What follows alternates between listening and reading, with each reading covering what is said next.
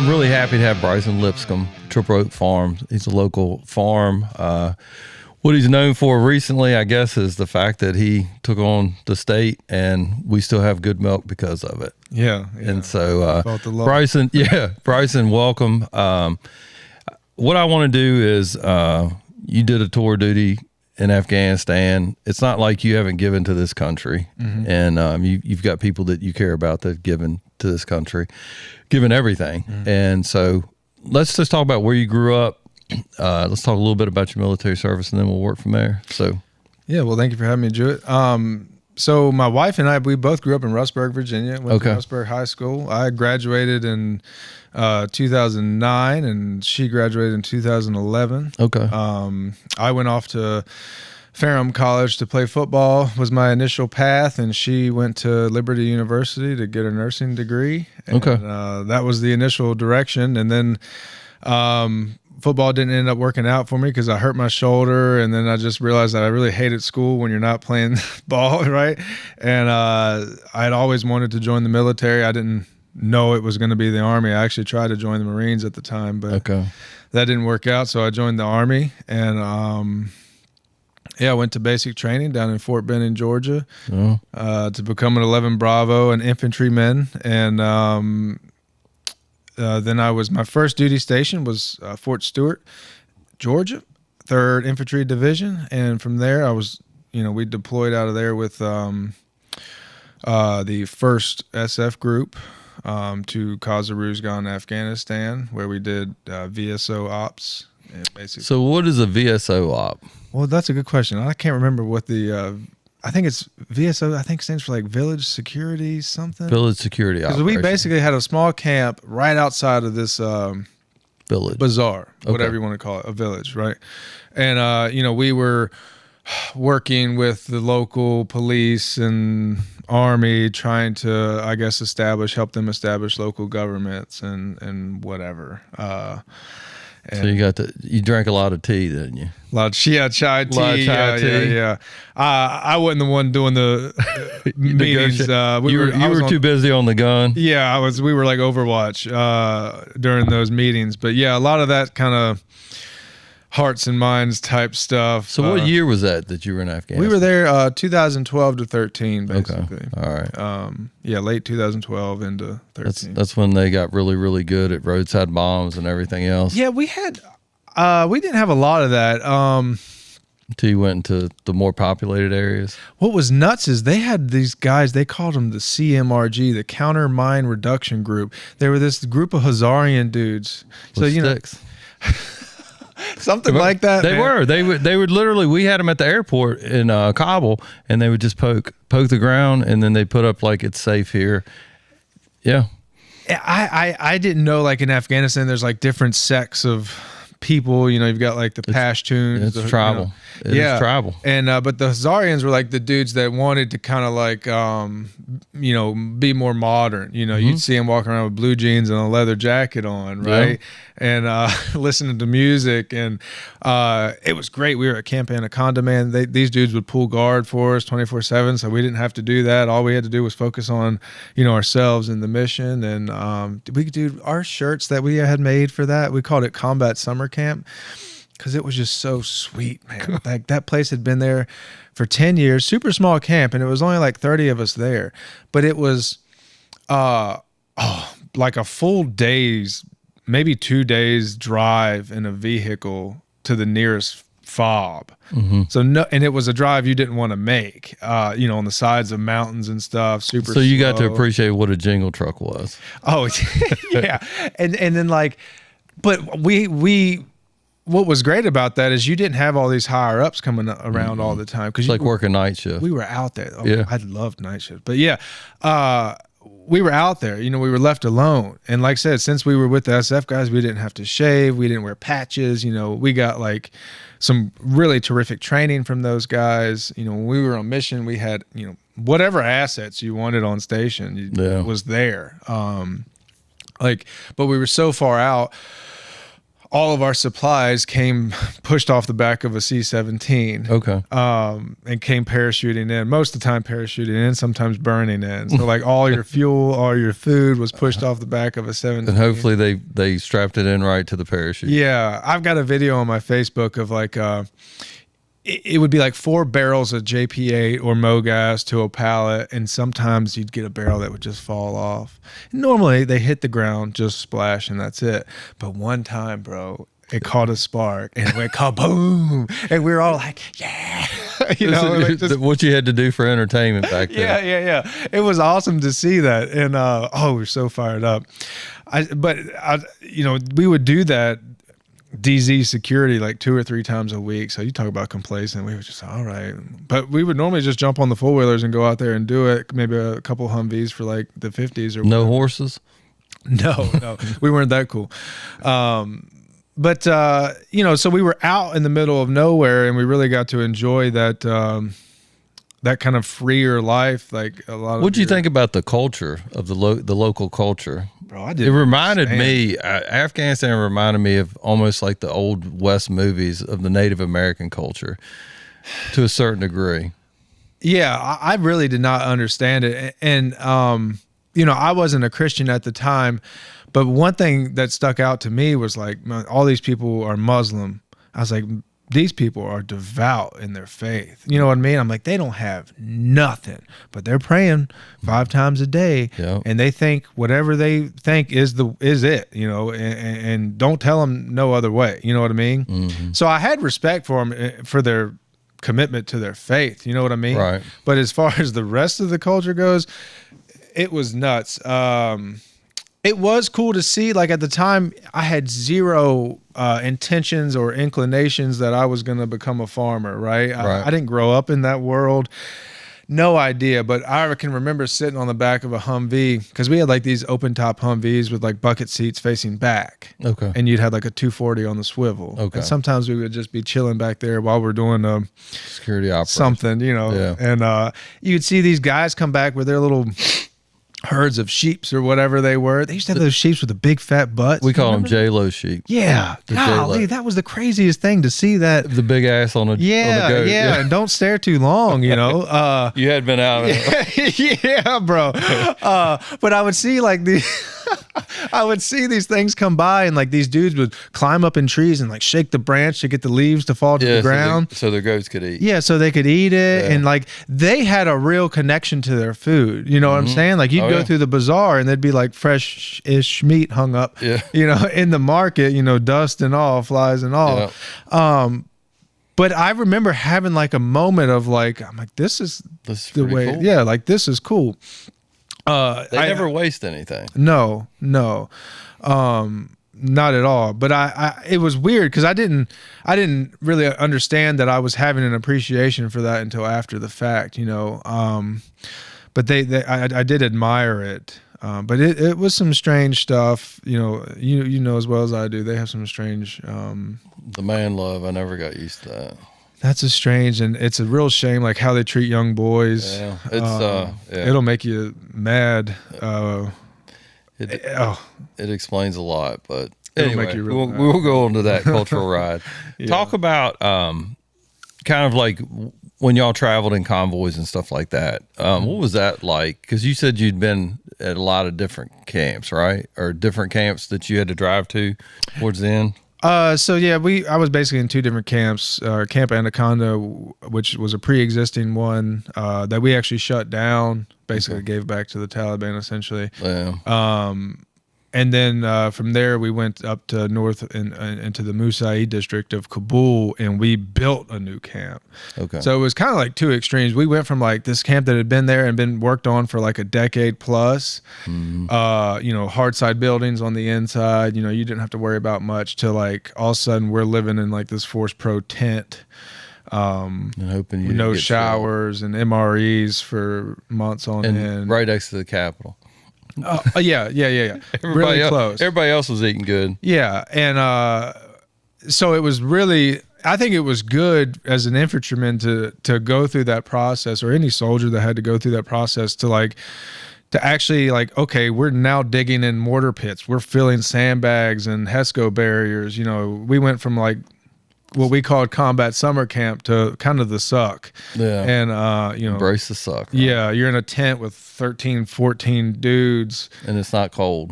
It's no, it was not. At the time, you know, we were, if that, you know, those Force Pro tents come with like little AC units, and if that thing went out, like it's a problem. Yeah, it's you know, hot. 'cause that's a different kind of stink. So we didn't have showers, you know, a lot of baby wipes going around. That's right. I used to, man, people would send me the big Huggies pack of like the shea gold. butter. I like the shea butter baby wipes because that's right. I felt cleaner because of that. Yeah, right? they just smell good, you know.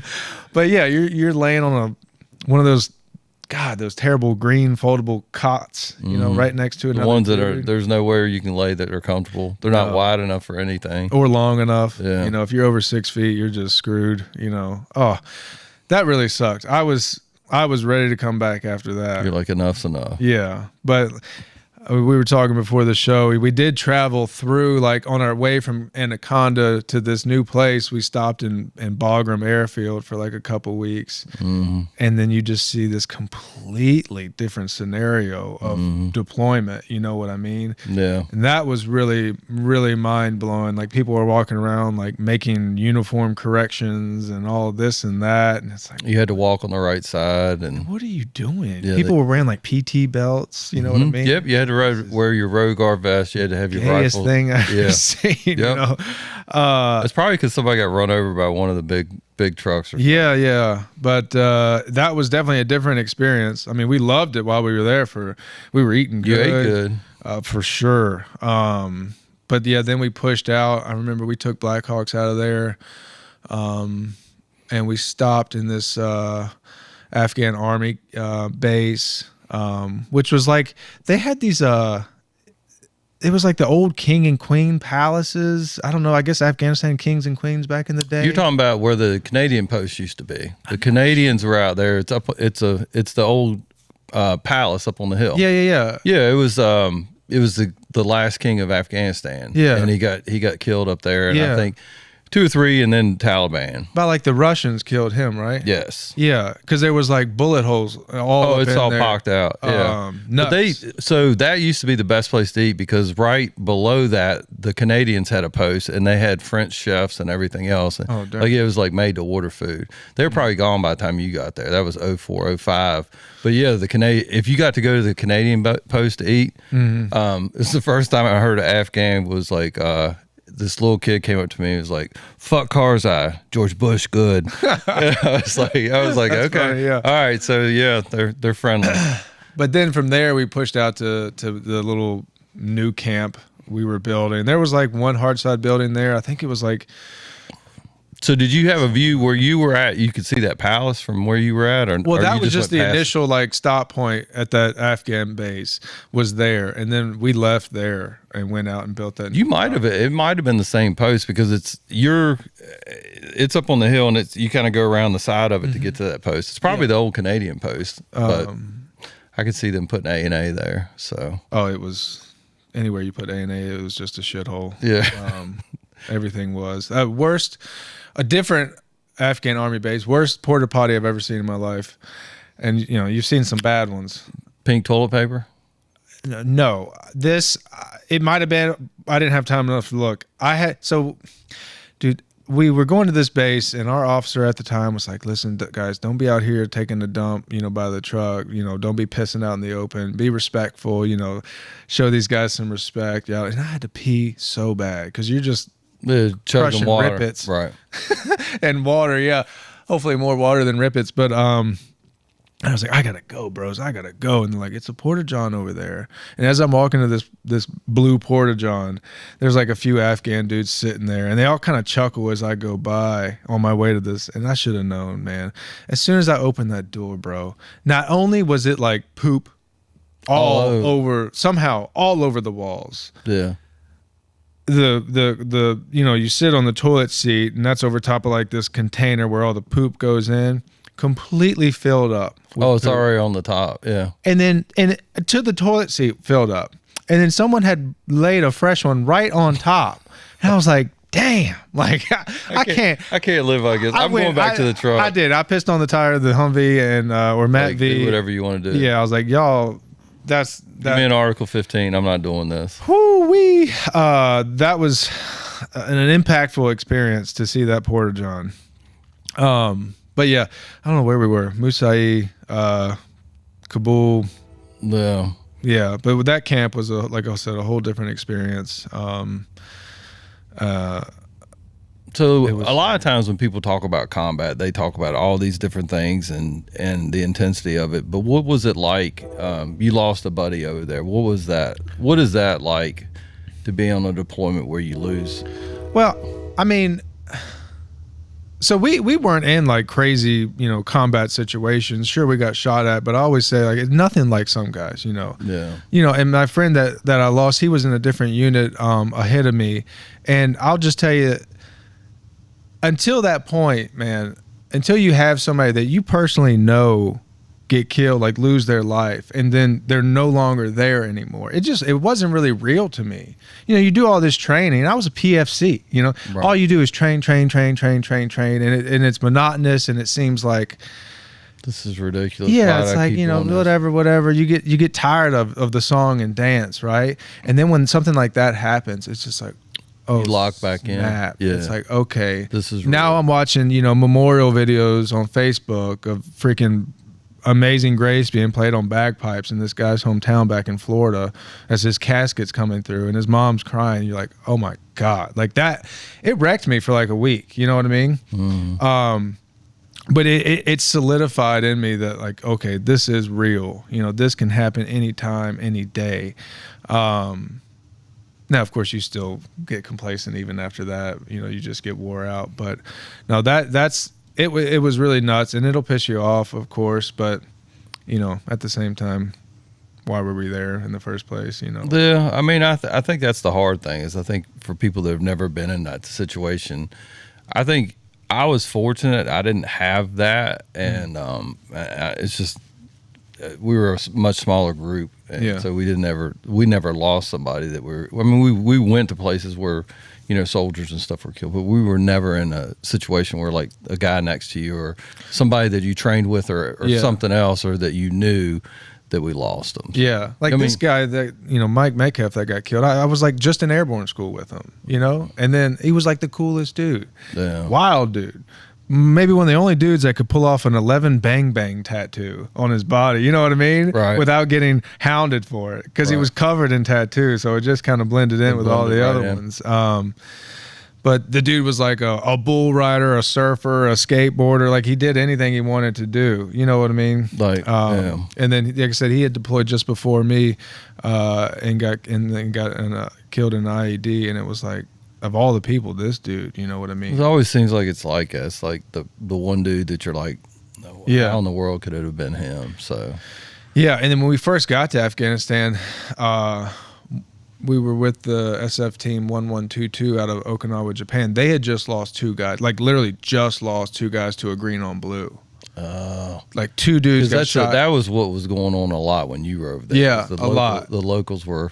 Like there was actually, I don't know his name, but at some big fob, this general got shot in the back. It was nuts. And then these guys, like I said, they had just lost 2 of their buddies. One got shot in the back of the throat, and one in the back of the head, I think. And the green on blue is, you got the green being the an local, Afghan local guy, and the blue being us. And like they were, just having one of the meetings with them. And these guys, I think, were up on the roof of the place having tea, and they were just getting up to leave, and they heard like the AK, rack back, and that was it. Yeah.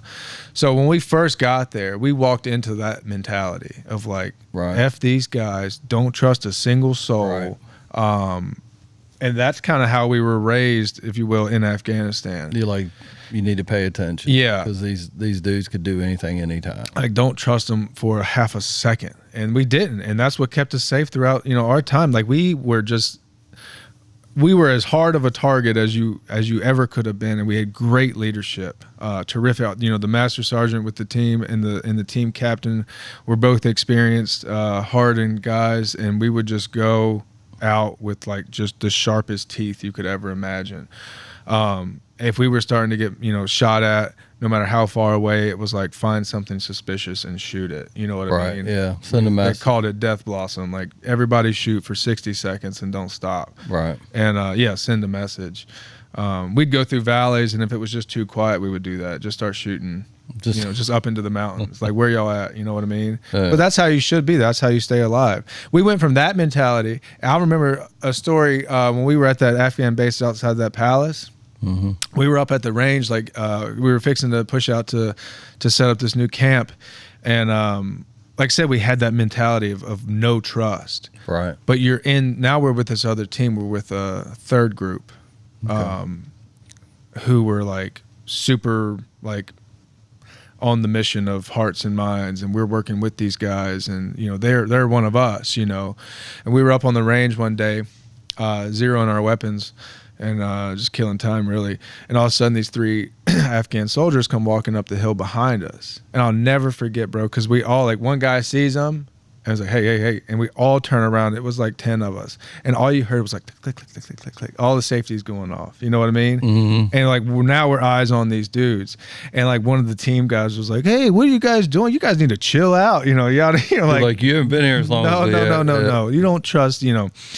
But that, again, that's how you stay alive. You start trusting people, you know, and letting your guard down and just walking through life like that. That's when you get got.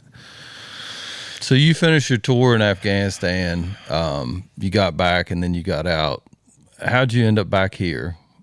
So I got back from Afghanistan. I got Did you get married before you left or no? I got reassigned to Italy. Okay. And during that time is when my wife and I got married.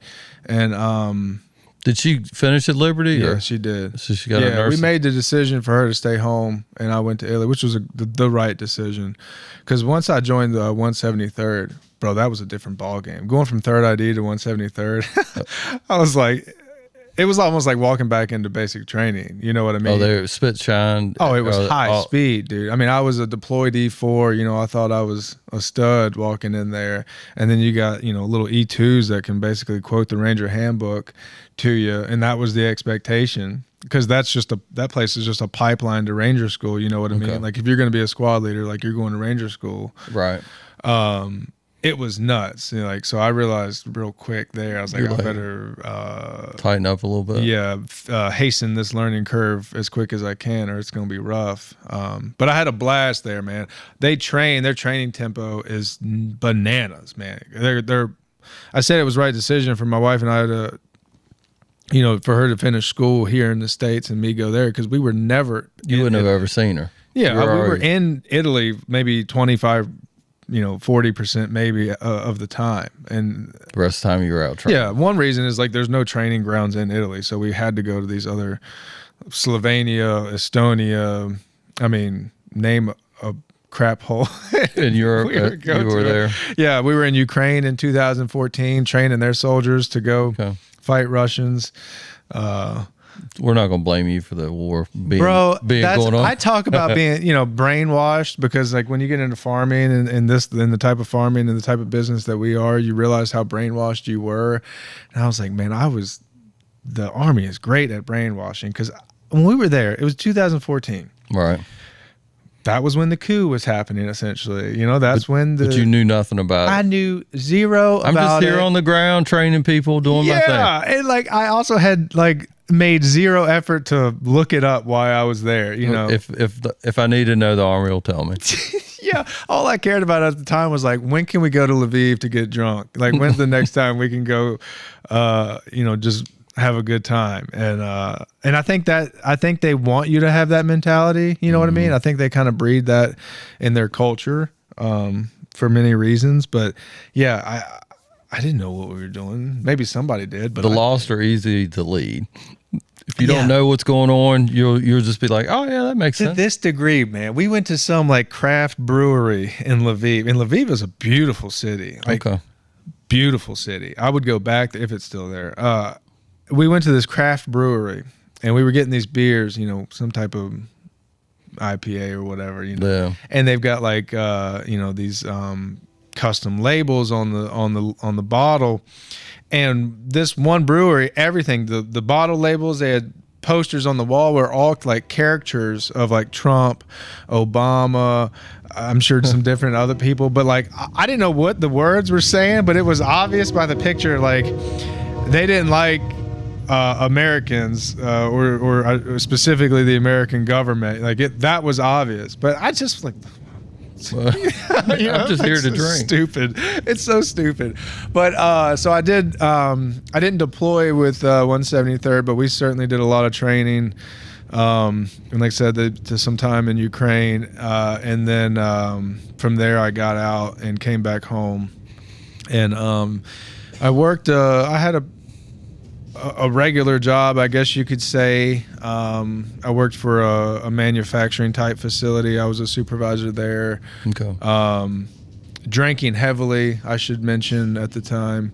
You think that was kind of like the fallout from being in the military, like the expectation to drink, and then you get back home and you don't have that stimulant? Oh, yeah, for sure. Like, it felt like, I mean, I should only speak for myself, but that's like all we did in the Army was like just drink. It was the culture. Yeah. And then, but you always had, I'm going to train really, really hard. I'm going to go out, we're going to do really good, and then we're going to come back and we're going to drink, and then we're going to repeat. It was definitely work hard, play hard. And then when you don't have anything to work hard on like that, you just go like, oh, I'm going to still play hard. It becomes real bad habit real quick. But my wife, she was a registered nurse working for the hospital, and I was, like I said, a supervisor at this manufacturing facility. I had like all the things on paper that I thought you were supposed to have, like a good title, a good salary, a 401k, good insurance. I had like, I don't know, the gold package, insurance, all this bull crap. But I hated my life, man. You're like, this isn't me. Like one reason is like you go from the military where you either, are allowed to be a really great leader and thrive in that leadership role, or have really great leaders that you can look up to. I went from that to like this corporate manager type role where they might call you a leader, but you are not a leader. You were told how to manage these people. And so that was killing me, on top of I was killing myself with alcohol. And eventually, I mean, thank the Lord, 2018, I quit drinking, and then continued to work that same job. And then that's when I really started, like, with a clear head. I was like, okay, I really hate this job, and I talked to my bosses about it. I was like, can you move me out of this role? Can I do something else? And, they don't really like doing that, taking a guy from a Was it just monotonous for you, or yeah, it was. You didn't really have a mission at that point. Yeah. You're going through the motion. That's right. It wasn't fulfilling. Okay. I just didn't like it. It wasn't for me. It played a part in my life, and then I moved on. And then about 2020 came along when, COVID came around. Okay. And you started to see just a lot of silly stuff happening around you. And that was making me antsy, man. Like a buddy of mine told me, he was like, I cannot believe people are going after toilet paper that hard. Yeah. Like, it's like, okay, so you're dirty. Yeah. You got water. Yeah. You can figure it out. Bro, I got a bidet. Yeah, that's right. Exactly right. The French have known about it for years. Yeah, these people have no idea what they're missing. Yeah. Yeah, it was nuts. You just start seeing a lot of just silly, stupid stuff happening, supply chain, and you're sitting there going like this. And like these men, these quote unquote men around you that are just laying down and complying with, these silly, nonsensical rules. And it's like, I just started really hating it at that point. And then about, so let me just say, my wife and I sat down, we crunched the numbers, trimmed some fat out of our finances. And, I walked away from that job and took another job at another manufacturing facility where I was in a management position. I just wanted to go be an employee. Walk in and come in and come back. It took me about 4 months to realize I really hated being just a cog in the machine. You know what I mean? Right. They'd be calling me, bro, like, hey, you got to do this mandatory overtime, which is funny because that used to be my job. Right. I would call people, hey, bro, you got to work. If you don't want to come in, I guess I got to write you up. You know, it is what it is, you know. Right. Now I'm on the other side of this, and I was like, F this, man. I'm out, you know. Right. But during that time, you know, I say it like I was an NPC, like a lot of people were and still are as far as their food goes.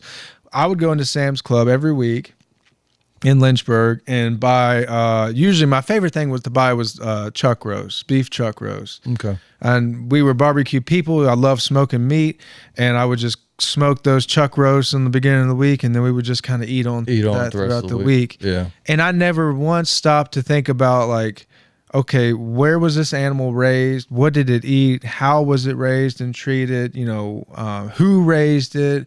What's in it? You know, what's not? Is this even beef? You know, I didn't have any of those questions that a lot of people are talking about now. I just went in there, looked for the highest weight, lowest cost, right? Right. Until in 2021, I went into Sam's Club and meat went short for, I mean, in this area, it was a short period of time. Because of the regulations were creating employment shortages for the big packing houses, so it created this little ripple effect. Right. I went in there and it wasn't there. The meat was not there. And that was like a moment for my wife and I, like, oh, snap. Yeah, we don't want to be at this. We rely on someone else, someone we don't even know, to feed ourselves, to feed our family. Right. Like we did not like that realization of dependency. Right. And so my wife actually pitched it to me. She was like, can you think we could raise a pig? And I was like, sure, I guess. Yes, I'll start looking at it. I was like, well, you don't get just one pig. You know, we got to get a buddy for it. So I got 2 pigs. And then I took another job at the time because I was starting to get this little, you know, idea of a farm, and I wanted to be home more. And I want to say this, like when I left that first job, it was the first time that I made the conscious decision to walk away from like material gains. You know what I mean? A promotion or a raise, and pursue instead happiness. You know what I mean? To be corny. And I took that other job. I made less money, but you know, I was going to have a little bit more freedom in my life. Right. Didn't like that job. Took a third job. Now I'm 0.9 miles away from home, making less money than I ever had, you know, even in the Army. But I'm home a lot more. I'm less than a mile from home. On lunch, I could run home and, you know, do something. And things start really evolving a lot quicker. You know what I mean? We start putting pictures of these pigs on Facebook, and, you know, the community's reaching out like, oh, are you going to sell sausage, or can I buy a half a pig? So we buy a few more pigs, and it's just like more pressure. And especially during that time, you know, there was a lot of demand for local source meat. Wish that would come back, but, so we just kept leaning into it. You know, we'd never been business owners or entrepreneurs. This was our first venture into that realm. Right. But it was just obvious pressure, market pressure for that type of thing. So we just kept doing more and more and more and more. I sold my boat to buy my first big group of pigs. Big group. It was 20 pigs, but it seemed like a lot. That's at the time. Lot of pigs. And, you know, the first year we raised and sold I forget how many, maybe like 20 some pigs. The second year was like 50 pigs. The third year was 100 pigs. And, you know, we were set to do this year we've done like close to 150 or so. That you've raised. Right. But we kind of, this year, like I said, was really transformational for the farm and our family, because we decided to kind of shift gears as far as the pig operation goes and focus more on producing piglets than pork. But, you know, all those steps just led to a higher level of living, essentially, a higher level of fulfillment for me, until we've gotten to this point. So you're investing in you instead of somebody else's. Yeah. You. Yeah. Like I say, my hobbies, man, all my hobbies are business related. So I don't know if they're really hobbies. You know what I'm saying? I don't fish anymore. I kept my fishing poles, but I sold just my in boat. case. Yeah, just in case I have a friend that wants to ask me to go fishing, you know. Give a shout out. Yeah. I'll trade you a pack of this amazing sausage for a day on the boat. Yeah, when it's striper season, when the striper are running up from Kerr Lake up the Stanton River, we live like a few minutes from the Stanton River. I'll put that offer out there. I'm like, bro, I got 20 pounds of sausage for somebody that wants to take me if out. Anybody. Yeah. And it works. Good. But yeah. So I don't know. So you get into the rhythm of having your own business. You're seeing it grow. So like on the pork thing, I think that's what people miss is like what you talked about is talk about the gap between what you saw at the supermarket at Walmart. Shows how old I am, the supermarket. Yeah. But no, you go to Sam's, you get a piece of meat and you're like, okay, I don't think about any of how this came from or anything else. Talk about how that goes to the point of like you're producing 150 pigs going out the door. That's a significant number. How do you transition that and how do you make the end product that you're putting out better? Well, I think about the food like this. When you are buying food from someone and you're putting that food in your body, in your mouth, is there anything more intimate than that? You know what I mean? No, I agree. And how the majority of this country buys food, they don't think about any of that intimacy, blind, right? They're just, oh, well, it says USDA approved. The government said it's good. Whatever. So it's good. I just trust it. And that's the key word is trust. We have that blind trust in what, bro? Like nothing, essentially. You're just hoping it works out. You don't know anything about that food. And so when you start thinking about it, it's hard to like not think about it. Right. Like think about the hands, the actual hands handling that meat on its way to that package in Walmart. You know what I mean? Where did it come from? How many different hands did it, where did the cow come from? Was it killed in Argentina and then shipped here? Was that cooler actually cool the whole way? All these different things. What was sprayed on it? Like, cause they spray chemical sanitizers on carcasses to keep them from molding during those transportation, type situations. So I have a friend who runs a company called the Red Renaissance, and he says it best. He's like, you should make it your goal to be able to shake the hand that feeds you. And that should be the goal. When you sit down and eat, man, look at that food. Do you know where it came from?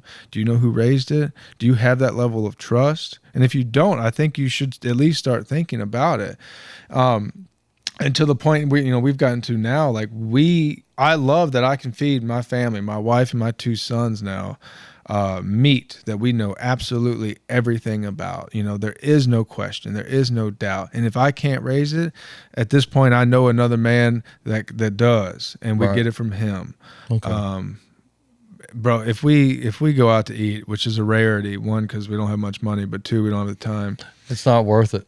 It's not, and you have to kind of just swallow that golf ball and like, we know what we're doing here, but we're just trying to have a good time. You know what I mean? No, I agree. And we're mainly out for the service and experience, nowadays, but just sitting at a different table, really, that's all it is. Because I think when you look at the level of service you get when you go out to eat, the quality of what you're getting on your plate, it's a toss up. Yeah. Yeah, it really is. And then all the things they put in our foods these days, is just absolutely crazy. So what do you know of all the, like when you did your research on what you were going to do, like, and we talked earlier about Bobby Kennedy and what he's doing, Robert Kennedy, but what he's doing as far as food, trying to make America healthier. What do you see as a farmer needs to be done to make America healthier?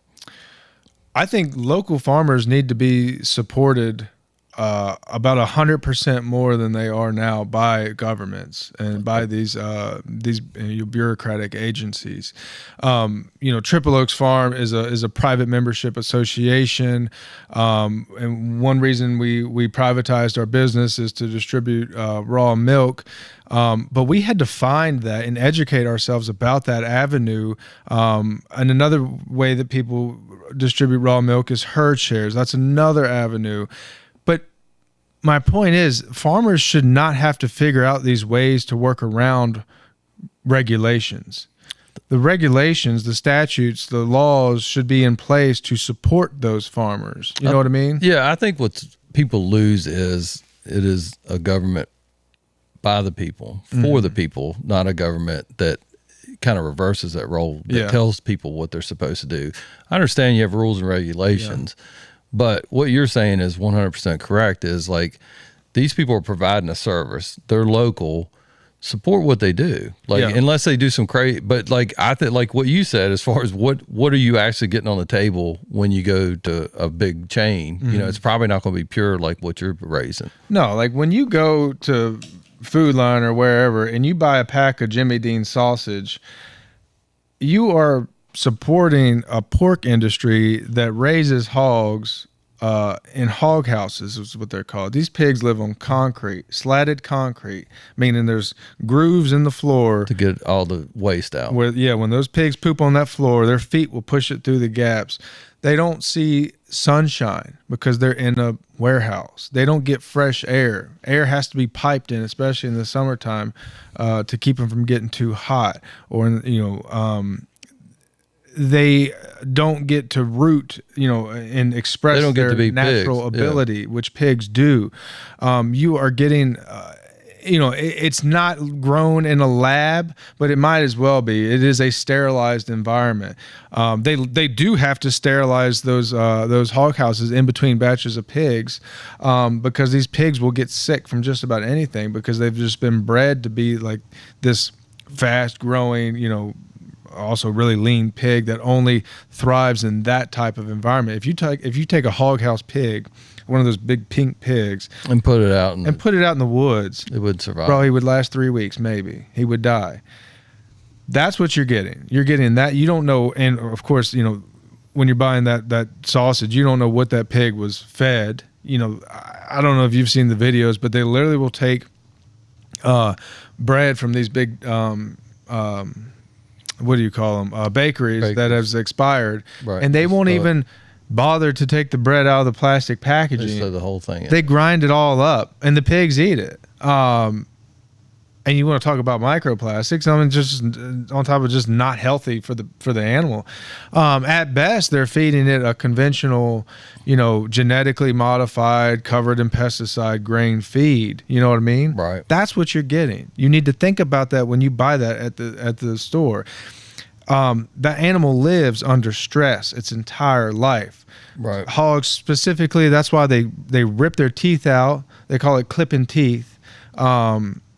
As piglets, piglets have these little sharp needle teeth. They clip them out because when any animal is under stress, they start fighting one another. They dock their tails, which means cut their tail off, because when they're under stress, pigs will bite each other's tails. They'll start fighting, right? Right. They do that because they're putting them in this tight, crazy, high stress environment. Joel Salatin puts it like this. You and I can go to, like, say, a Virginia Tech football game in the stadium, packed full of people, right? And you can be shoulder to shoulder with thousands and thousands of people. And you'll probably be pretty stressed, especially if you come from the military. Your anxiety is probably going to be elevated. And you could do that for a few hours, once a week, maybe once a month or whatever. Not for your entire life. Right. Think about if you had to live in that stadium with that many people. What would the bathroom situation look like? You know what I mean? Horrible. What would the food situation look like? Right. What would your overall health be like? Well, that's what we are subjecting these animals to live in, that type of environment. So when you support a local farm that's doing it, you don't even have to raise pigs the way that we do. But the way that we do it, these pigs live in the woods and pastures, depending on the time of season. They're fed a non-genetically modified feed that is pesticide-free, tested for that. They eat acorn. Like right now, it's acorn season. They're loving life. Bro, my sows got out the other day. My fault. I scared them accidentally.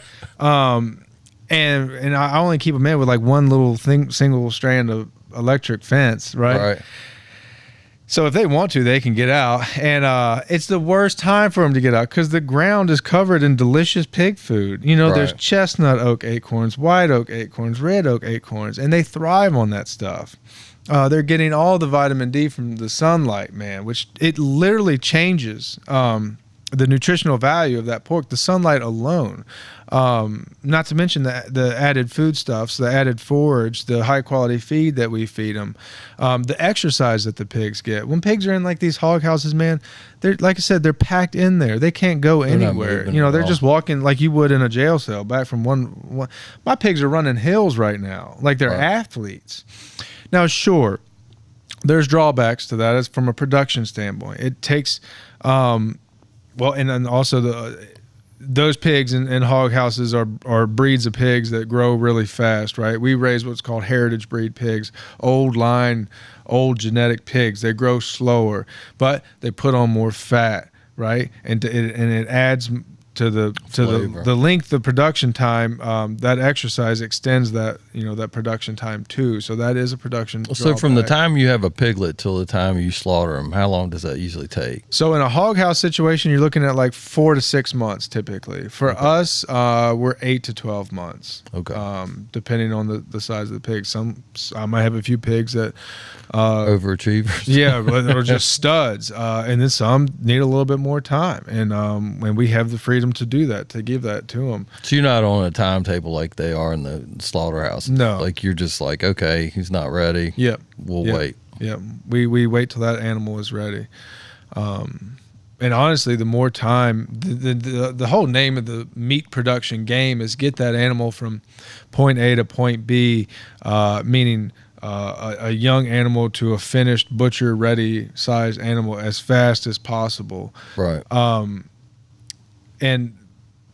But what we've learned in this farming business, in this meat business, is there is no substitution. There is no replacement for that time. The more time that animal is alive, the higher quality that meat is. And when I first started this farm, I thought I was under the impression that, like an old cow, for instance, would be, old tough beef, Right. It's the opposite, bro. The best steak I've ever had in my life came from a 7-year-old Holstein cow. You know what I mean? Okay. Because to get like a high level of marbling or intermuscular fat, IMF percentage is what they call that, they need time. Some of the best pork chops we sell come from sows that we call 3-year-old, 4-year-old sows. Again, I thought it would be I was like, man, these pork chops will be tough. And then when you bit into that first one, you're like, wait a minute. I had a mentor tell me that before, and he was like, it should be your breeding animals, your breeding stock should be the most well taken care of animal on the farm. They've been getting really a high level of nutrition and care their whole entire life, and again, that time just raises that IMF, that marbling in that meat. It's phenomenal, man. The flavor, there's no comparison, bro. A pork butt from a sow is just phenomenal. Now I won't sell old boar because that's a different story. Right. He's got a different thing going on as far as hormones, but yeah, dude, there's no replacement for time in the meat production game, and in the industrialized meat business and the commercial, centralized animal feed operation business, CAFO farms they call them. The whole thing is from point A to point B as fast as possible, and it's so for you. What do you think works best for you as far as for people that are interested in buying local? How do they go about doing that? There's several ways. We're not involved in any farmers markets, but that's a good way to go out there and get to know some farmers in your area. You can just Google it, honestly. Right. Most people have websites these days. Triple Oaks Farm PMA has a website. You can find, if people are looking for raw milk, there's another website called realmilk.com. You can just go in there and put in your zip code, and if people are registered, it'll bring it up in their area.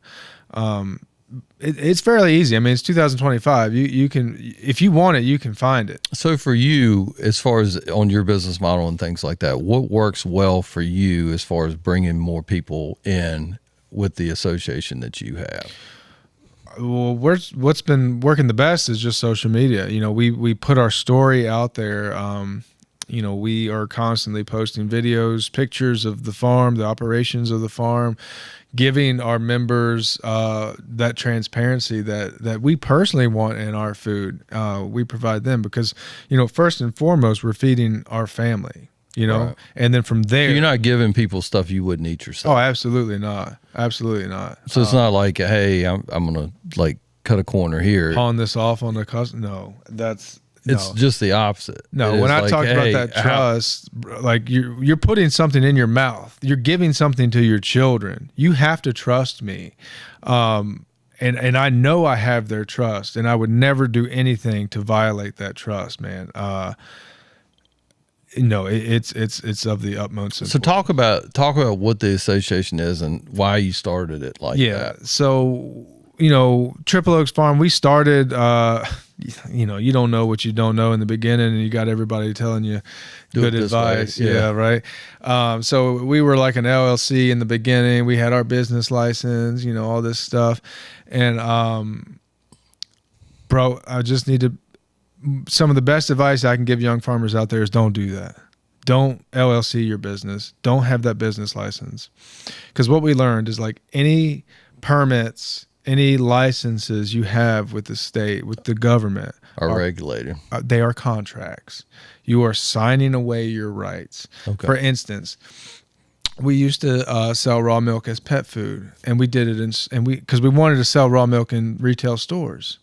I was trying to figure out how to move more milk, and that seemed like, the only way to get it into a retail store is to sell it as pet food, which required a livestock feed license. Okay. Which is really easy to obtain. But what we found out the hard way is when you sign those licenses, you might as well kiss your Fourth Amendment rights to private property away, because you are giving them access to your farm any 24/7, 365. They can show up whenever they want for absolutely no reason. Do you want that with your home? No. With your family as the provider and protector of your family? Is that what you want? Absolutely not. So don't do any permits. So that's how we started. We did it, their way, with what the state recommendations. Yeah. And that's only one way, right? There's 9 ways to skin this cat. Right. I call it, coloring inside their lines, which is what they want. They being the government, they want you in their compliance. So we, when we started distributing milk, it was under a herd share program where people would sign this contract, basically purchasing interest in the herd. So they are a part owner of a cow or the herd, however you have it worded. And then instead of, since raw milk is illegal to sell in Virginia for human consumption, they are no longer buying a good, but paying for a service because they own the cow. So they're paying us a service fee to milk and board their cow. It's that silly. Okay. And that's how we began, but we really didn't like that model for several reasons. But one being that, a lot of people, that's like a subscription-based model, a herd share thing. People are getting a gallon of milk, every week or every other week or multiple gallons a week, and they're paying for it up front every month. And a lot of people don't like that commitment. I get it. They don't want to be, involved in any type of subscription model. And we had folks that just wanted to come to the farm and buy a gallon of milk freely, right, on a like a retail basis. And we're like, well, how do we handle this customer? We don't want to just say no to this sale, right. So we started researching and trying to figure it out, and that's when I first heard from Joel Salton what a private membership association was. Essentially, to summarize a PMA, it is under our Constitution, under specifically the First Amendment, we have the right to freely assemble, privately associate, and privately contract. Okay. That is what a PMA is protected by. Amos Miller in Pennsylvania, pretty famous Amish guy, been under attack from his local government for years now, runs a PMA. I called him during that time. I was like, hey, bro, what's a PMA? How does this look, boots on the ground? Right. I just basically puked all my morals and values and, hatred of the current industry and regulatory system that we were in. And he was like, yeah. And it's like, what do you call it? Like that German kind of accent, whatever. Yeah. And he's like, that Dutch. German Dutch accent. And he's like, yeah, it sounds like we pretty much are on the same page. And he gave me a little bit of coaching and put us in contact with the group that he worked with. And we started dissolving these contracts, these permits with the state. And, again, like once you start going down this road, you start realizing and learning more and more things and wanting to separate yourself more and more from the government. And it just, it just kept evolving until we made the full commitment to go all the way into the private realm of commerce, and everything that we do now is under private contract, where our members pay a membership fee, and once they're in our private association, they have access to locally raised, nutrient-dense food that they can trust, raw milk being one of them. That's really cool. So you recently had somebody come see you about regulatory issues, and how did that go? Yeah, so we, I think it was in July, we got my first and my wife's first ever subpoena, summons. We got served, as they say. You've been served. And that's what he said too. Is I thought it was just something you saw on TV, but no, he said it. This Campbell County deputy came down our driveway and gave us this fat stack of paperwork, and I was like, "What in the world is going on?" And sure enough, it was a summons to a court hearing on behalf of the Virginia Department of Health. The plaintiff was the commissioner of the Virginia Department of Health. Her name is Karen Shelton. She was accusing my family of unlawfully selling raw milk to the public, and called my family a threat to public health. And but this was not because you got a complaint about something you sold or anything else. This was strictly. Yeah, that's a great point. Thanks for bringing that up. Yeah, we've never had a complaint about raw milk. So it wasn't like you went to a restaurant and a bunch of people got sick and they said, "Hey, this is the problem." Yeah, this was just, "Hey, we've come to realize this." And so they never cited a particular incident. They just said the fact that you did this was They just hate that we talk about it openly. Okay. Raw milk and that we're a PMA. Each summons file or paperwork, there was 3 packs, and we posted a picture of this on our Facebook and Instagram and stuff.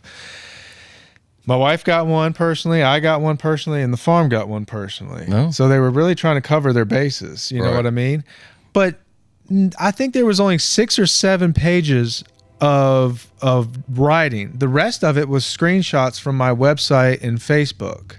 So that's all. Yeah, there was no complaint. Their case was basically your social media about your association. Yeah, they're like, they were completely disregarding PMAs, private membership associations, as a lawful entity, as a constitutionally protected and Supreme Court upheld right. And like I said, these are First Amendment rights, and we do believe in the Constitution. You and I swore an oath to defend this Constitution, fought to protect that Constitution. Right. Whether you went to war or not, when you signed that contract, bro, you're essentially saying, "I'm willing to die to protect this Constitution." Right. To protect these God-given rights. Right. And now I'm home, and I have this bureaucrat telling me in writing that my belief in this is erroneous and misguided. She said that in writing. So she was appointed, I would guess, by the governor, correct? Yeah, she was appointed in 2023 by Governor Youngkin. What's her history as far as public health? She a medical She comes from Bristol, Virginia, where she specialized as a gynecologist. Okay. All right. Yeah. So that doesn't have a whole lot to do with farms or food or health or anything. So when you talk to different people that have farms, what do they tell you? Do they go like, "Welcome to our world," or what is it? It almost like when I listen to all the different discussions about farming and everything else, and I listen to some of the regulations, and I listen to the fact of like, I've heard stories of like, you can't grow this now because we have too much of it, or you can't sell it locally, or you can't do this. So like, and you mentioned this earlier, like regulations are not realistically for public health. A lot of times it is more along the lines of like, we want to tell you where what you have invested your time, effort, and resources in, we're going to regulate how that is dispersed. Yeah, it's not. This goes for all food. It has absolutely nothing to do with food safety and everything to do with control. Okay. All they want to do is control the local food producers, because ultimately, if you can control the food, you will control the people. Like you mentioned toilet paper going short. Imagine when food goes short. Right. Well, all of a sudden, all those assets that we have running around on our private land are real true assets in currency. You know what I mean? We can barter and trade in that currency. We can support our community and keep our community alive with that currency. Which only makes sense, especially with, you know, with everything that goes on in the world. I think about what they talk about with China as far as control and all the, you know, for what they're trying to do with Taiwan with the chips.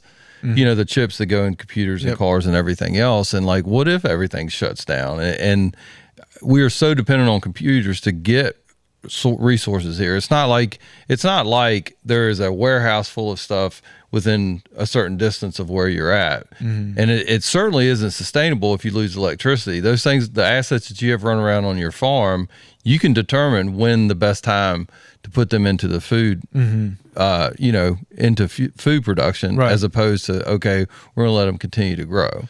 Yeah. So that, I mean, COVID should have taught everyone a valuable lesson on how dependent we are on other people for lots of things, you know, pharmaceuticals being one of them, food. I mean, you name it, you probably saw a shortage of it during that time, but man, so many people just went right back to that complacency. I think it's just almost like that it didn't happen. Like COVID never happened. Like the fact that, like, one of the things that I always hang up on is they talk, it's talking points. Fentanyl's killing all these people, which it has, 100% is. It's 100% is. But how many people died from COVID?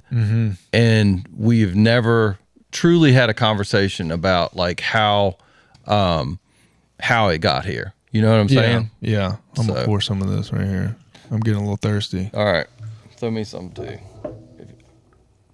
So what's the difference between this milk and any other milk? All right. So when people say raw milk, right, you shouldn't call it raw milk, because when you go to the store and buy, you know, ground beef, you don't call it, you know, raw beef or raw chicken. You just call it what it is, beef or chicken. So this is just milk, you know, but it is kind of catchy, you know, raw milk. So it sounds good. Raw milk is unpasteurized, non-homogenized milk, natural milk, like you said earlier. Like flavored milk.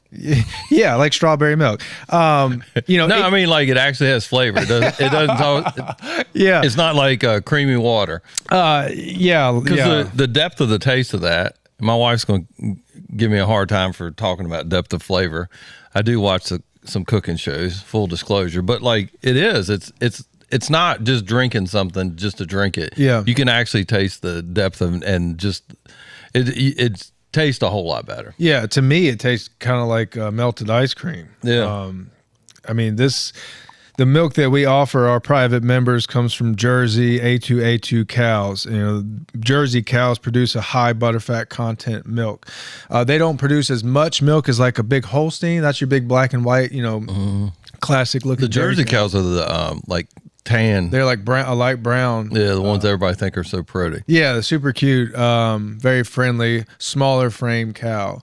Very docile cow. Right. Chill cows. Yeah, we take kids homeschool tours to see them, you know what I mean? Right. The kids love them, especially the calves. Man, the calves will be sucking on your hand, you know? Right. But so, you know, what unpasteurized and non-homogenized means is, you know, store-bought milk has been pasteurized, which means cooked.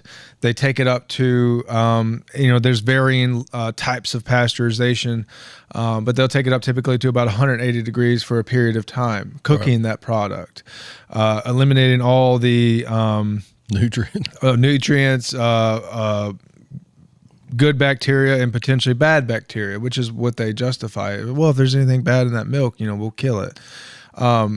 And the homogenization process, which is often done at the same time, is putting that milk under pressure, which destroys the cell walls of the fat, and that keeps the cream from separating in the milk. So with raw milk, if it's been sitting there for like a day, you'll be able to see that cream at the top, and then that skim milk. But you just shake it back up and keep good. Oh yeah, that's why you got to shake raw milk up. If you don't shake it, you're getting just cream. And my wife and I all the time will accuse each other. Oh my God. You're like, I know you drank the good stuff. Yeah, we'll accuse each other of cream stealing. Like, I see you not shaking that milk up. Yeah. But I didn't know that, man. I grew up on pasteurized skim milk. And like when we first started getting this milk,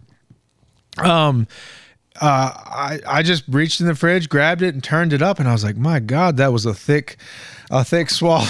That was good milk. But it was, oh dude, the cream is the best, dude. Put that in your coffee or make whipped cream with it, whatever you want to do. Butter, it is the absolute best. The fat is where the money is in milk. That's the gold. But I have my boys. Weird enough, they all have peanut allergies, and I really do believe there is something to be said for what we feed our kids and whether they have allergies or not. Because I think if you have locally grown food and milk and things like that, like I feel like you get, because I mean the proof is if you have natural honey, like I'll take a swallow of that a day, and that my allergies are like totally different. Yeah. Because you have all the components, and I think people sometimes think, well, we're making it safer. No, we're building it for mass production. Yeah. Yeah. And the peanut allergy thing, what do they tell us? Like, don't give your kids peanuts before they're a certain age. Well, when they're a young kid, that's when they're developing immunities to all these things. Right. So we say, give them peanut butter, give them nuts, give them that raw honey, that raw milk, and let their bodies develop, everything to turn into a really healthy, hard to kill individual, if you will. I mean? And raw milk is one of those products, just like raw honey. We have moms that tell me all the time, my kid has psoriasis is one thing I hear, skin issues, and they love milk. But when I give my children pasteurized milk, their psoriasis blows up and it gets terrible. And they found raw milk, and not only does it taste great, to them, but like their kids love it, and their psoriasis it's healthier does not for flare them to drink. Yeah. And so they can have this product. And I had this woman, oh my goodness, let me tell you this story. This other farm used to distribute raw milk to this particular family, and then they stopped. And this was the story of this woman and her kid that has psoriasis. They stopped distributing raw milk for whatever reason, and her kid's asking her for milk, like, Mama, I want some milk, give me some milk. So she goes to the store, and she said, I had to buy this, her words, junk milk. And I gave it to my kid, and now he's, his skin is a mess. He's itching, he's uncomfortable, he's crying, he can't sleep. And she calls me. She's telling all this to me on the phone when she finally found us. And I can tell she's in tears because she felt guilty for what she was doing, but she was trying to give her kid what her kid wanted. Mm-hmm. And she was so thankful to find someone offering unpasteurized milk so that she can then feed her children, the food that they want, and know that it's healthy and nutritious, and then her child not have those flare-ups, not have those negative health impacts. We've got, dozens of people that have come to us and said, like, oh, I'm lactose intolerant. And then they'll try raw milk and like, oh, wait a second. I'm all right. I'm actually just pasteurized milk intolerant, because when you cook that milk, you destroy an enzyme called lactase, which your body needs to properly digest lactose. So when you're drinking pasteurized cooked milk, you don't have it. So your body doesn't know exactly what to do with this incomplete product. But when you put this complete, unadulterated, natural product in your body, all of a sudden everything starts working better. I got an email this morning from a guy who was like, I just feel better after having this first glass. And he was going on and on about how thankful he was for us offering this product. So you could say, man, it's more than just food. It's more than just milk. This is a medicine for people. People thrive on this food, especially raw milk, man. So I think about, and this is probably a good way to end it. Like for me, I feel like somebody that has taken the time, served their country, and the jobs that you had that kind of served you from a standpoint of like financial security and things like that, you never got any satisfaction from. Right. But now here you are providing people the opportunity and serving them in a way that works well for your family and works well for other people. And I'm sorry that the government is the way they are, but well, first of all, I enjoyed my glass of milk. But aside from that, I appreciate the fact that, number one, for your service to our country, but also the service to our community by giving them good, healthy food. Yeah.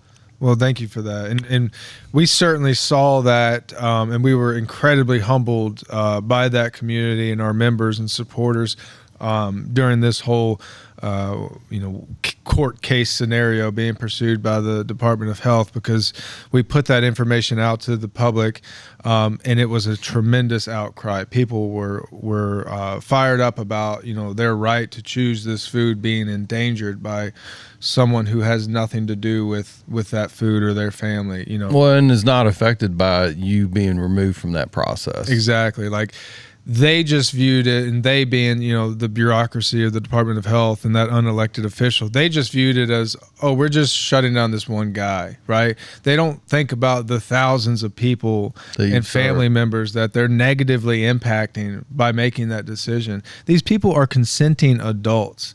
Like, are you a parent? Yes. Right? You have children? Okay. You as a husband have the right to choose, the God-given right to choose where and how you buy food, how you feed that family. I believe in that right. Right. And for someone just to come out and say, no, you don't. We're going to tell you what you can and cannot buy, how you feed your family, I think is a tremendous violation, degradation of our God-given constitutionally protected rights, man. Well, I agree. But we saw that support from the community, man, during this time. And ultimately, I think it's what created the enough pressure on those people to drop the case before the pretrial hearing. Well, that's awesome. And I appreciate what you do. I appreciate you coming on and educating me and hopefully a lot of other people, and appreciate what you do. And thanks again. All right, brother. Thanks.